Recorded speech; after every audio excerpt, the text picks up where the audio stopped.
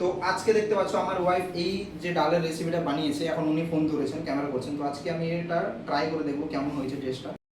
আজকে তোমাদের সামনে অন্যরকম একটা ভিডিও নিয়ে এলাম, সেটা হচ্ছে রান্নার ভিডিও, মুসুর ডালের রেসিপি। দেখো কী কী লাগবে। এই যে মুসুর ডাল, এটাকে আগে থেকে ভিজিয়ে রাখতে হবে। এই যে আমি রেডি করে নিয়েছি আলু কুচি, পেঁয়াজ কুচি, টমেটো কুচি, মুসুর ডাল, লঙ্কা। এবার আমি রান্না তৈরি করব। তো রান্নার জন্য কড়াই দিতে হবে। এই যে কড়াই, মুসুর ডাল, এই মুসুর ডাল থেকে 2 থেকে 3 বার ভালোভাবে ধুয়ে নিতে হবে। তারপরে দিয়ে দেবো আলু কুচি,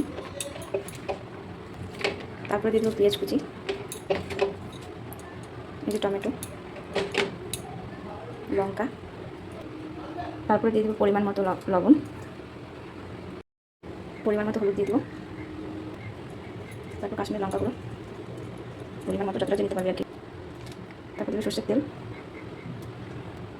তারপর ভালোভাবে মিক্স করে দিতে হবে।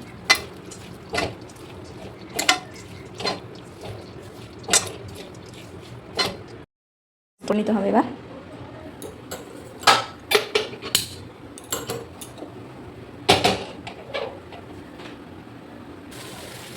যতক্ষণ না পর্যন্ত টমেটো আলুটা পড়ে যাচ্ছে ততক্ষণ পর্যন্ত আমাকে নেড়ে নেড়ে গলাতে হবে। যখন দেখবে কড়াইয়ে ডালটা লেগে যাচ্ছে আর টমেটো পারফেক্টলিভাবে গলে গেছে, তখনই আমাদের কী করতে হবে, জলটা দিয়ে দিতে হবে। পরিমাণ মতো জল দিয়ে দিতে হবে।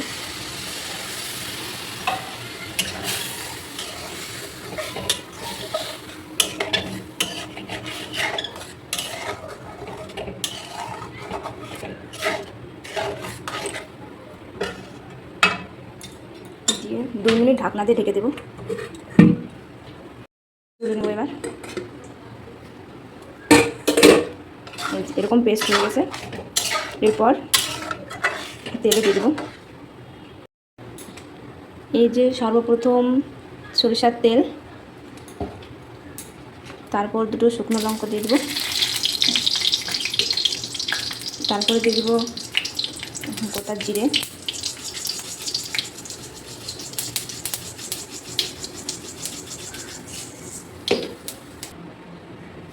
তারপরে দিয়ে দেবো আদা, কাঁচা লঙ্কা,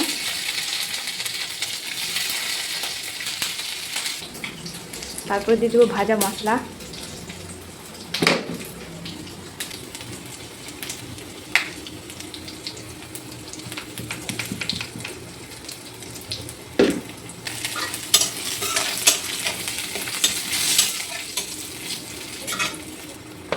এই যে পেঁয়াজ কুচি,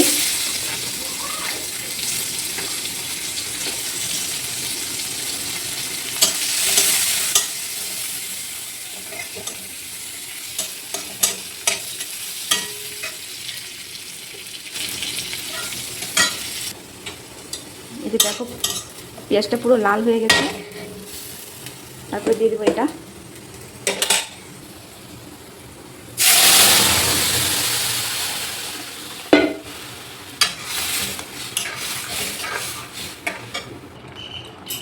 এই যে আমার মুসুর ডালের রেসিপি কমপ্লিট হয়ে গেল।